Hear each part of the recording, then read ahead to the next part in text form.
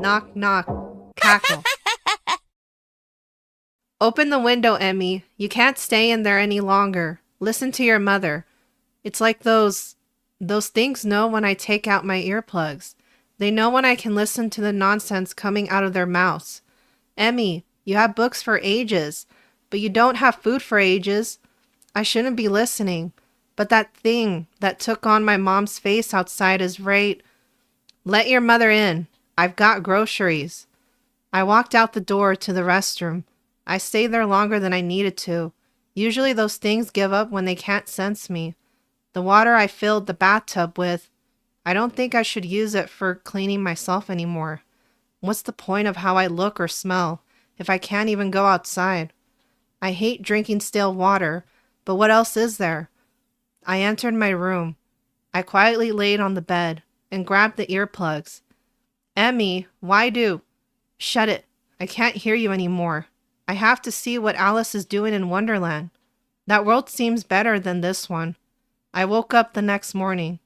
Well, what I assumed was morning. The sunlight that made it out through the curtains was dim. For all I know, it was dusk time. Emmy, open the window. It's me, Hanako. I was able to outrun those things. So much places to hide in Costco. I was desperate. I was hungry. She was gone for 2 days, but I opened the window. It was Hanako, but she was being puppeted by the floating face balloon, its string moving her like a lifeless marionette. The balloon looked at me, giving off a smile my real mom would never give. It grinned widely, rotted teeth showing. Cackle. Suddenly another balloon moved upwards into it. It didn't seem like it pushed that hard, but the poser balloon drifted high into the sky. This new balloon face was so round, so shiny, its face indifferent. It must want to eat me and not feel that strongly about it. Hey, chill out, lady. What's up with these balloon things? You're the only human I've seen since I started my grocery run. I opened my eyes. I had accepted my death to that point, but all I could muster up was a blah. I thought it was another face balloon creature, but it was just this bald guy's head as he jumped and pushed aside the thing posing as my mom. He gripped the balcony and climbed on. Hey, I know those things look scary, but I'm here now. You can trust me. I got a bit of a hero hobby thing going, so... He reached his hand out to me. I grabbed it without hesitation. Ding, ding, ding. My alarm clock woke me up. That dream just felt so real. I really had just felt like I'd been stuck in my room for ages.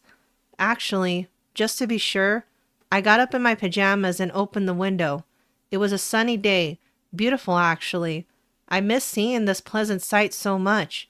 I actually gazed outside for a while. Emmy, dinner's ready. I walked to the kitchen. I don't know what I was expecting. I felt like I was moving like Secret Agent Solid Snake, my back against the wall. I slowly peered over the corner. Honey, why are you walking around like that?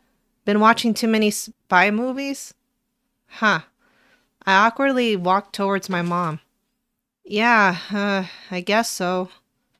I guess you got some of your inner child left in you, despite you heading to college in a few months. With a chuckle, all I could say was, yeah. I arrived to class on time, but I must have looked terrible because the first thing Hanako told me was, Whoa, you look rough, Emmy. Horror movie kept you up? You must have watched what I recommended you. I could tell she was excited to hear me respond with, yeah. She usually looks down, but she had some life in those eyes. Oh no, I haven't. I still got that on watch later. I just had a real bad dream. How bad was it? I reflected on it and in the end said, it was terrifying. I felt like I lived in it. But in the end, everything turned out fine.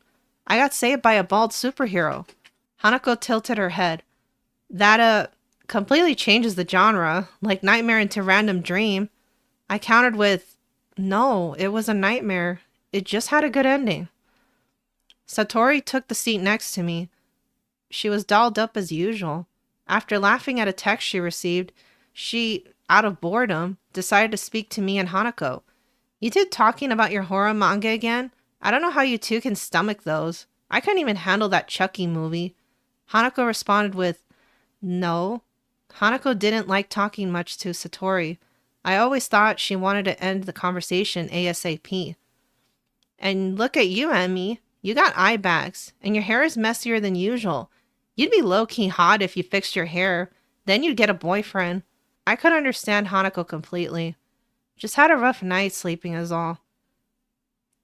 Miss Sugimoto finally got to class. She was late.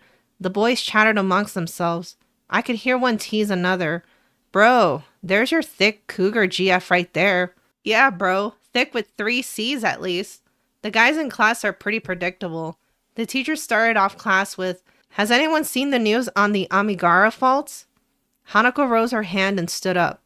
"Oh yeah, an earthquake revealed that fault line recently. Those human-shaped holes are so freaky." Satori spoke up. "Like all those horror movies you watch all night, huh?" There was a light pattering of laughter in the class. Hanako felt embarrassed and sat down. Miss Sugimoto continued. "You're right, Hanako-chan. They've been all over the news. I also wanted to let you all know that I've set up an after-school extracurricular trip for today. If any of you want extra credit, you should come." She turned her gaze to Satori. "Some of you might need it. Like, if you want to pass at all. Satori crossed her arms and blew her bangs from covering her face. "I guess so," she muttered. After class, we were soon in Miss Sugimoto's car. It seems like Miss Sugimoto didn't expect much takers, besides the 2 shoo-ins, Hanako and Satori. I only happened to come along because, well, I just didn't want to leave Hanako alone with Satori. "Thank you, girls. I know this was all last minute, but I'm grateful you all came." Satori in the back seat leaned back and sneered. "How much extra credit are we getting anyway?" Miss Sugimoto, her eyes on the road intently, said, "Enough that you'll all pass my class no matter what." Satori sat up straight. "You see, girls, my sister went missing." I then asked, "Does she got lost around the fault line?" Sugimoto gulped. "No, she got lost inside the fault line. Just one day, we were watching the news. They were reporting on the strange hole phenomenon. They quickly panned over the fault line and she saw it. One of the holes looked like her. The silhouette matched perfectly. But when I saw her crawl to the TV and plant her face on it while whispering, 'That's me. That's for me. It's my hole,' I decided to not bring that up. That's when I got up the next morning. She told me I have to take her to the Amigara Faults. I said, 'I can't. I have class to teach.' And after I was done with work, I stepped out of the teacher's lounge, and there she was, sitting on a chair in the hallway. I shouldn't have listened. If I knew she'd crawl inside the hole. Lord, I'm sorry. It's all my fault." Miss Sugimoto had finished her story in a mildly weeping tone. "And you want us to go with you?" Satori accused. Miss Sugimoto, after a pause, said, "I don't have much people to go with. Our parents are too devastated. Don't worry, we'll just walk around the area. I just don't want to completely give up on my sister yet." We made it across the makeshift trail made to lead to the fault line. There was a news crew speaking to a couple of guys in hard hats. The TV journalist held up his mic to one of them. "Any insight you can give on why these holes are shaped this way? And any theories on why 2 teenagers have recently gotten mentally ill and forced themselves in? Well, life is full of coincidence. We don't know. We have a theory that this was a sort of ancient odd execution method. You know, stuff your bad guys in there and cover it up. As to why 2 teens went crazy, well, they must have seen a social media challenge is my theory." Miss Sugimoto's eyebrows twitched. She looked as if she was going to give that man a piece of her mind, but behind her was a crowd of people.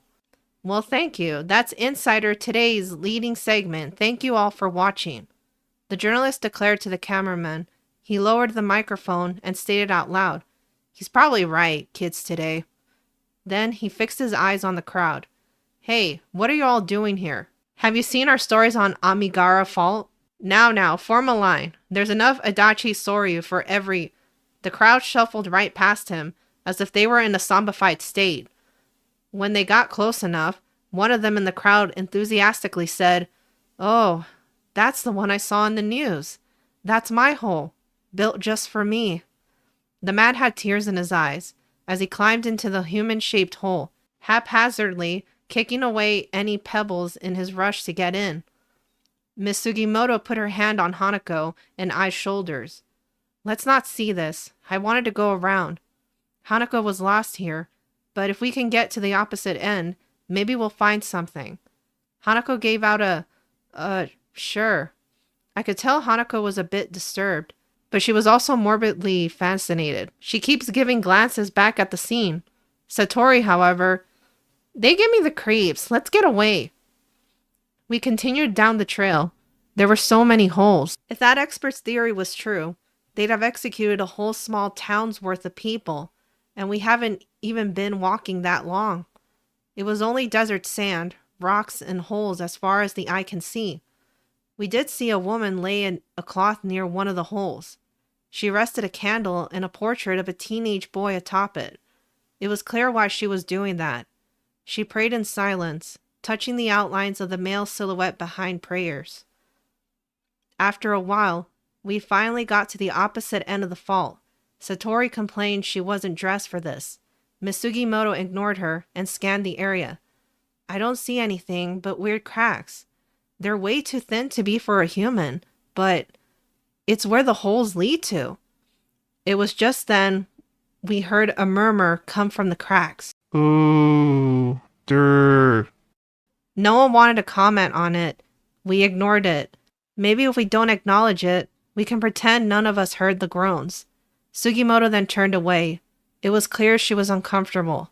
However, her eyes widened. That hole, it even has... I saw it. It was shaped like Miss Sugimoto. It even had her wide hips that made her popular with the boys. This was my purpose. Her purpose. Miss Sugimoto shuffled towards the hole as if in a trance. Miss Sugimoto, snap out of it! I placed my hands on her shoulders. She ignored me and continued shuffling. I looked towards Hanako and Satori. Don't just stand there. We gotta get her out of here. Hanako complied, and Satori stood back. We tried to stop her, but she simply pushed us away. As soon as she did, Miss Sugimoto frantically climbed in. Hanako and I, on the ground, merely gave each other a look. Satori turned her way, already trying to run, but she saw a hole. Its shape familiar, inviting. Satori shut up for once and climbed in. I still tried to get up and stop her, but she got in too quickly. Me and Hanako stood in front of the holes the others melded into, our voices echoing, telling them to get out. Satori, get out of there. What's wrong with you? Emmy, it feels good in here. You know, when something is tailored for only you, it feels otherworldly. I didn't know what to say. She was losing her mind in there. I heard a scream not too long afterwards, but from where Miss Sugimoto went. It's too tight. It's my hand, my leg. I can't get out. It's twisting me Apart. Her screaming grew more distorted, and then too painful to even hear. Hanako just ran away. I don't know if she was going for help, or merely wanted to get as far away as she could. I looked in her direction, and my feet began to move on their own. As I turned the corner, following Hanako, I saw it. You know, they're right. They do look tailor-made for you, I said. It wouldn't hurt to at least touch the outlines of it. Just then, a bald man walked past Hanako as she ran away from sight. I was too engrossed in what I was seeing, but I heard him say, "Huh, that one does look like me, and that pisses me off. What the... You know, I had hair at some point. And did they have to make my whole pose like the freaking Buddha? Stupid rocks." As I shuffled to the hole, the bald man punched it.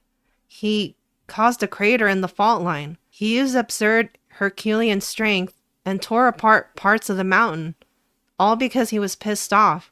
I was so taken aback by this, I broke out of my trance-like state.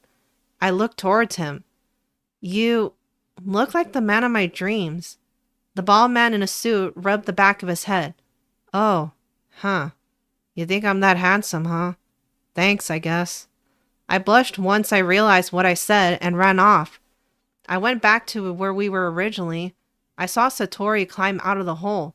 It turned out she hadn't gone that far. When the mountain had a chunk punched out of it, she was able to simply walk out. Her attitude was back to normal not long afterwards. But as for Miss Sugimoto, that was the last time anyone had ever seen her. It was Monday now. I sat in my usual seat. The classroom felt too bright, too loud in that normal way. Everyone was talking about the fault line. Phones out, clips from news sites. Mass hysteria event, they called it. Temporary wild-scale delusions. Like it was a trend that just stopped. Hanako's desk was empty. No backpack slung over the chair. No quiet morning when I walked in. I stared at it longer than I should have. The substitute teacher was an older man I didn't recognize. He cleared his throat a few times before starting, "Good morning, everyone.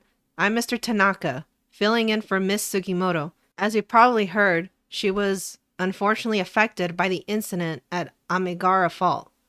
The authorities are treating it as part of a mass hysteria event, which has happened before if you know your history. It's a tragic situation." He paused, looking around and realizing he was supposed to say something comforting. "The school has made counseling available. If any of you are feeling distressed about what happened, or if you just need to talk, please visit the nurse's office after class. There's no shame in it." A few students shifted in their seats. Someone in the back whispered, "Crazy stuff," and got a couple of nervous laughs. Satori wasn't here either. I didn't know if that was a good or bad thing. I didn't raise my hand. I didn't go to the nurse later. What would I even say? That a bald man in a yellow jumpsuit punched a mountain because it had the hole shaped like him look stupid? And that somehow saved me? That Hanako ran and I never saw where she went?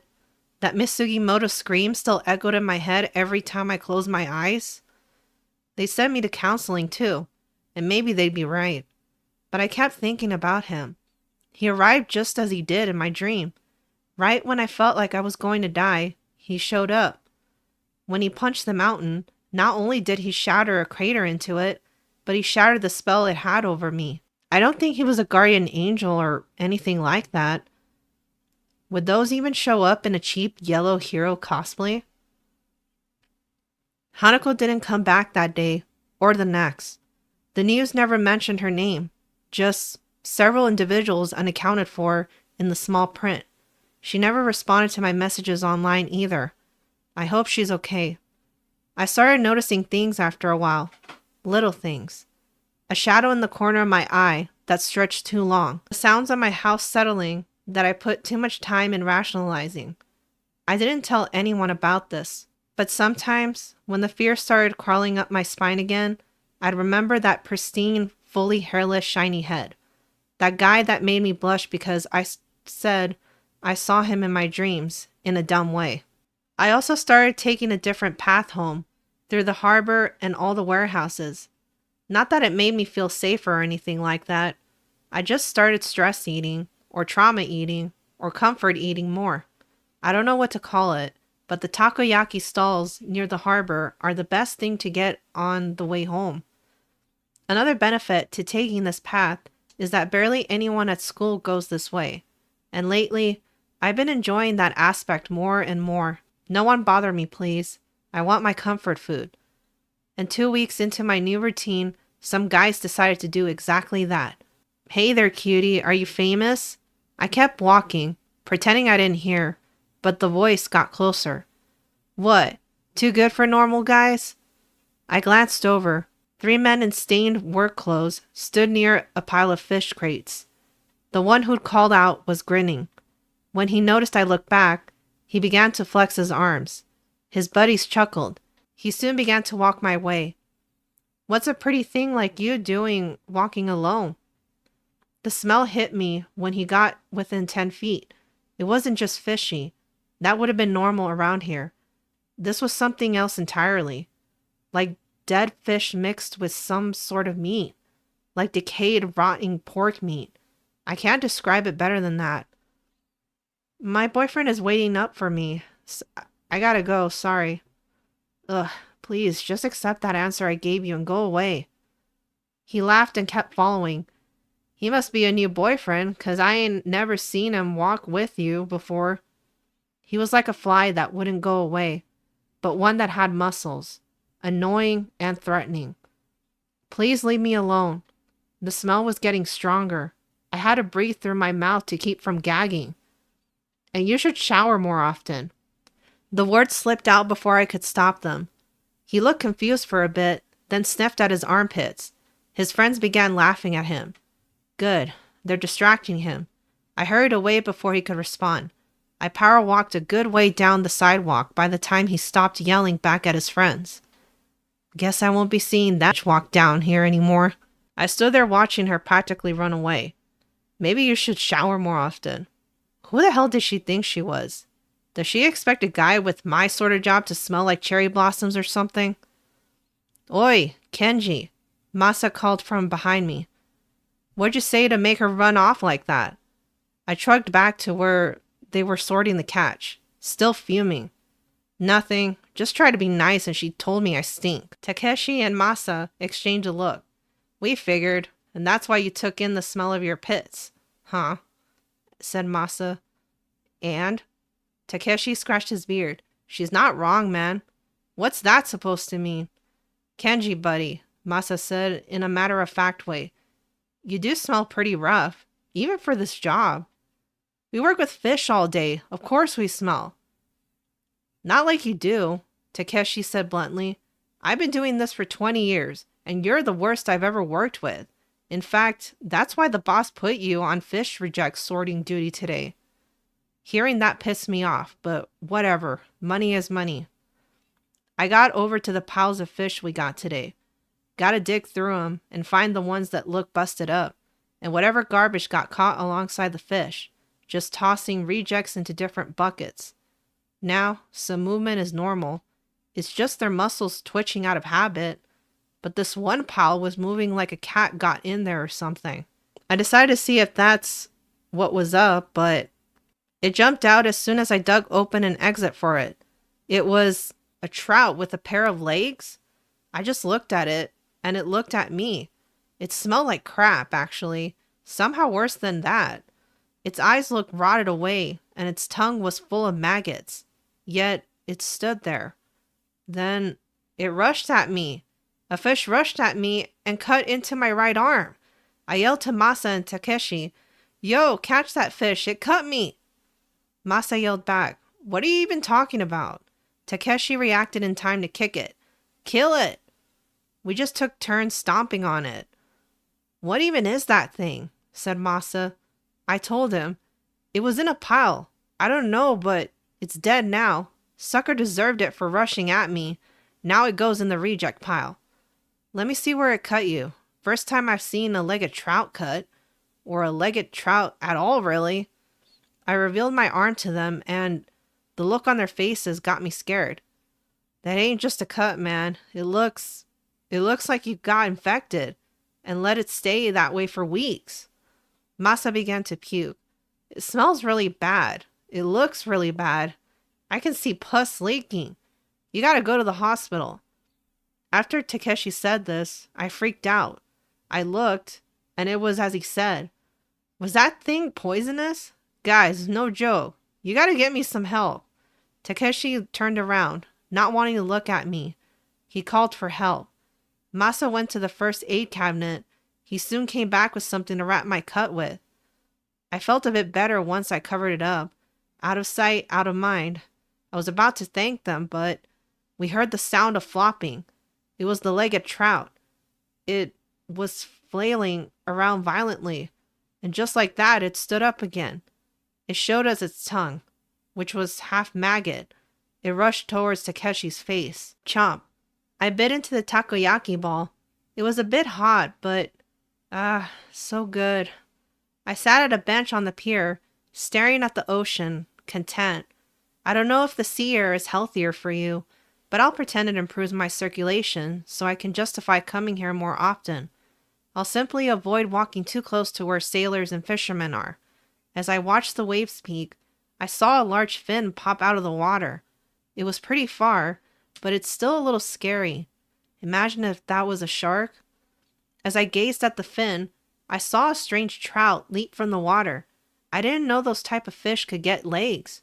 They were thin and insect-like. It was creepy. It leapt and swam close to the fin, which turned and likely thought, nice meal incoming. As the fin got closer, I saw aggressive splashing as soon as it got on its target. A pool of blood appeared in the water. I felt a little bad for the trout, but it was also just real creepy. I was wrong. I should have felt sympathy for the shark as it floated on the water, its belly upwards, full of cuts and scratches that even I could notice from the bench. Very odd. It even had a boil on its wounds. Gross. I stood up and got closer to the edge of the pier to get a better view. Not too far away from, though, I saw a splash in the water. It was the trout. It leaped, then began to poke its head out after it landed. It was staring at me. Its dead fish eyes felt like they were evaluating me. I know it's just a fish, but I turned and walked away. As I got near the street, off the boardwalk, I heard a splash. The legged fish was standing on the pier. It was still looking at me. If that thing could handle a shark by itself, what chance do I have? I ran and ran, and it kept pace with me. If I got to Main Street, maybe someone could help me. For a solid while, I ran while hearing what I imagine a large beetle sounds like when it scuttles to you. Please, someone be here. There aren't even cars driving around. I don't think I can keep this on for longer, and I can hear its bug legs tap against the concrete. I turned the corner at the street sign and saw a parked police car. Right next to it, an officer with a gun in his holster. Please help me. I'm being chased. The tall officer looked worried and tensed up. Are you all right? By who? As I straightened my back and stabilized my breathing, I could hear the scuttling noise. I turned back. It was the trout. It paused for a bit, its rotting yet still glazed over fisheye scanning over the both of us. What the hell is that? It's got blood over its weird legs. Shoot it. The trout gurgled and opened its mouth. Saliva dripped from its half-maggot-infused tongue. A disgusting war cry. It dashed towards us. Bang, bang. One bullet missed, the other successful in propelling the fish to the brick wall. Its yellow-red guts a bit splattered on the wall. The cop was so unnerved by how it looked, he shot it a few more times to be sure. Lady, tell me, what is that thing? I don't know what to radio over. I don't know. I saw it come out of the water. It killed a shark. I'm not kidding. The smell it emitted was unbearable, yet familiar. It smelled like that fisherman from before. The cop kicked at it with his boot. I guess I'll radio in something to animal control. Can you tell me, was it from the pier nearby? I nodded. I had to cover up my nose after doing so, though. The smell got too bad. I walked away. The cop got closer. Yeah, I know it reeks. I wanted to say something to him, but when he got closer, he just made the stench worse. I took a few more steps. It was just so bad. The cop looked over at me, looked downward, and paced towards his car. When he placed his hand on the door handle, he stopped. The scuttling sound. It was bad, but it was louder.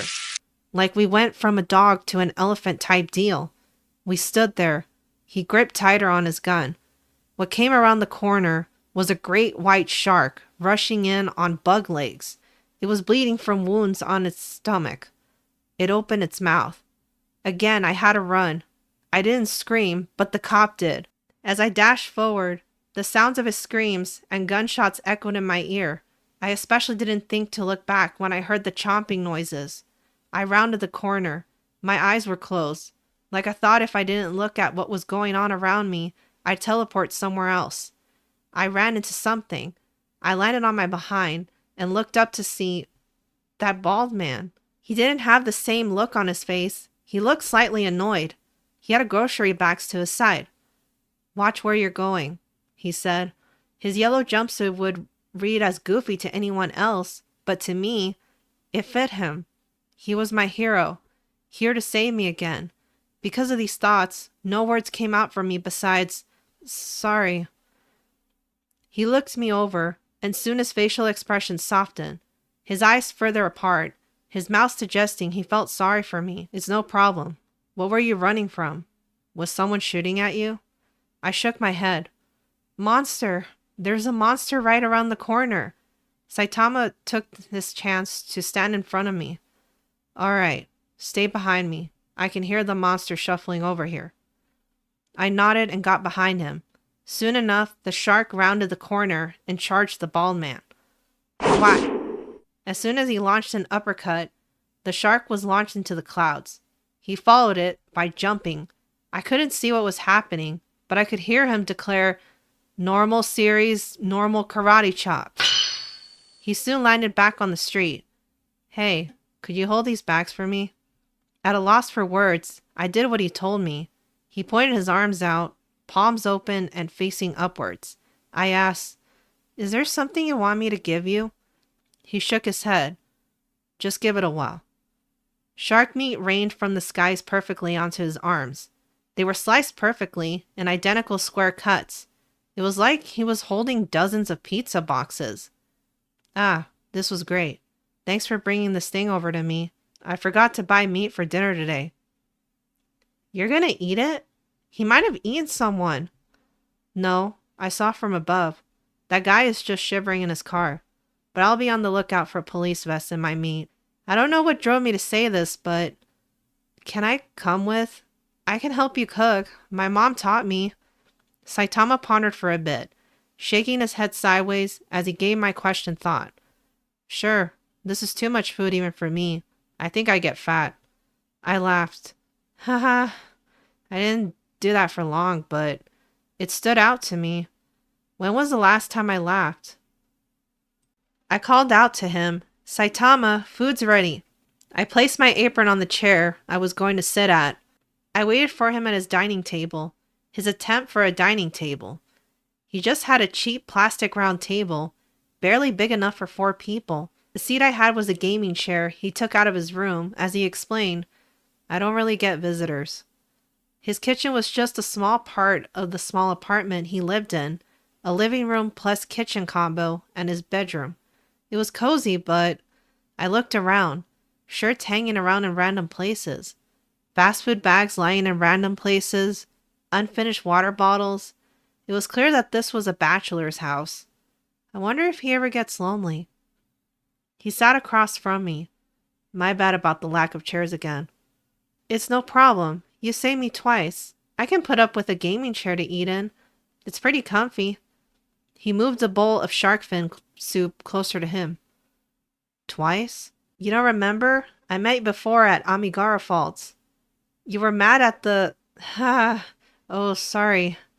You were mad at the holes in the fault that made you look like the Buddha and really focused on emphasizing your head. Yeah, it made me look even balder. It made my head so round, it looked alien. And...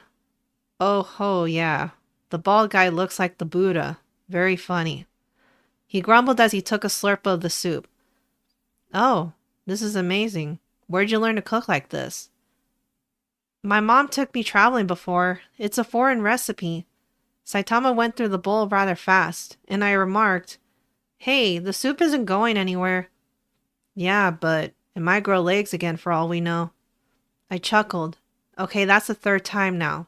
Since when was I so giggly? I looked around his bachelor pad. Messy, dirty, isolating. But it was the first place I had been able to feel safe in a long, long time. I turned to Saitama. You have to clean up. Look at all the stuff laying around. You can't live like this. Why not? It's fine. I clean before it gets too bad. Besides, no one is going to see the inside of my house anyway. I scolded him. It's not good to tolerate being messy. Again, I don't know why I said this part, but it just came out. I'm coming over to clean from now on. Saitama looked confused. Huh? Really? It's that bad that you're going to be my maid? I'm not your maid. I'm concerned, and you saved me, so I'm indebted towards you. That's it. Saitama rested his head on his palm. And I'll be going to college soon, and your home is on the way from my house, so I'll cook lunch for both of us. It'd be very nice to be somewhere close to the university in between classes. Saitama raised his eyebrow. You did mention that I look like the man of your dreams back then. I blushed and yelled, "It's not like that. It was not that type of dream." He relented after taking in the sight of me fighting back against my words. Fine. Shrugging, lifting his palms up in the air. I can be pushy sometimes, can't I? I thought. Saitama burped. It smelled bad, kind of like the putrid stench from the fish and the cop, but more, I guess, tamed. Saitama, after burping, said, "Well, that had a rough time coming back up. Good thing I helped out while boiling the shark and trout meat." Trout meat? Oh yeah, some weird trout on lakes tried to go through my window, so I just opened it, grabbed the free food, and smooshed it. Then I tossed it in the boiling pot. Bit ripe, but still good. He just said it so casually, but if there's one thing I learned about Saitama, if he's handling it, it seems like things will turn out okay. Ding dong, ding dong. The school bells rang as I looked out the window. I started doing this a lot lately. Can you blame me? So much weird stuff has been happening. Miss Sugimoto, she died, and me and the policeman could have too. All because of whatever curse must have came over the town. What if there was more stuff happening that I don't know of? What if all this horrible stuff is so common? It showed up in front of me twice. But every time I began to spiral in thoughts like that, I remembered Saitama. Now that I know where he lives, next time something like that happens, I hope to live long enough to reach that apartment. There's no one else I could talk about this stuff with, unless I risk them thinking I'm crazy. Mr. Tanaka stood at the whiteboard and began his morning announcements. "All right, class, today I'll be reintroducing you to some classmates. Give a warm welcome to Hanako and Satori." The door opened, and I was elated to see both were all right, especially Hanako. "Hey, Satori, I thought you were gone for good," said Satoshi, the popular boy in class. Satori's mouth turned pouty. "Shut up, idiot. I took the free weeks off to process my trauma or whatever." Hanako stayed silent and soon walked over to her usual seat in front of me. "Glad to see you're back, Hanako," I said. Hanako acknowledged me with a nod and an attempt at a smile. Mr. Tanaka continued his declarations. "That's not all. We also have 2 transfer students looking to finish the semester with us. Come on in, you two." 2 students stepped into the class. One was a handsome tall boy with well-groomed straight hair. The other, an absolutely beautiful girl with long hair and bangs. They both looked like pop idols. The class went wild, boy and girls muttering to each other, "So hot." The boy introduced himself first. "My name is Fukada.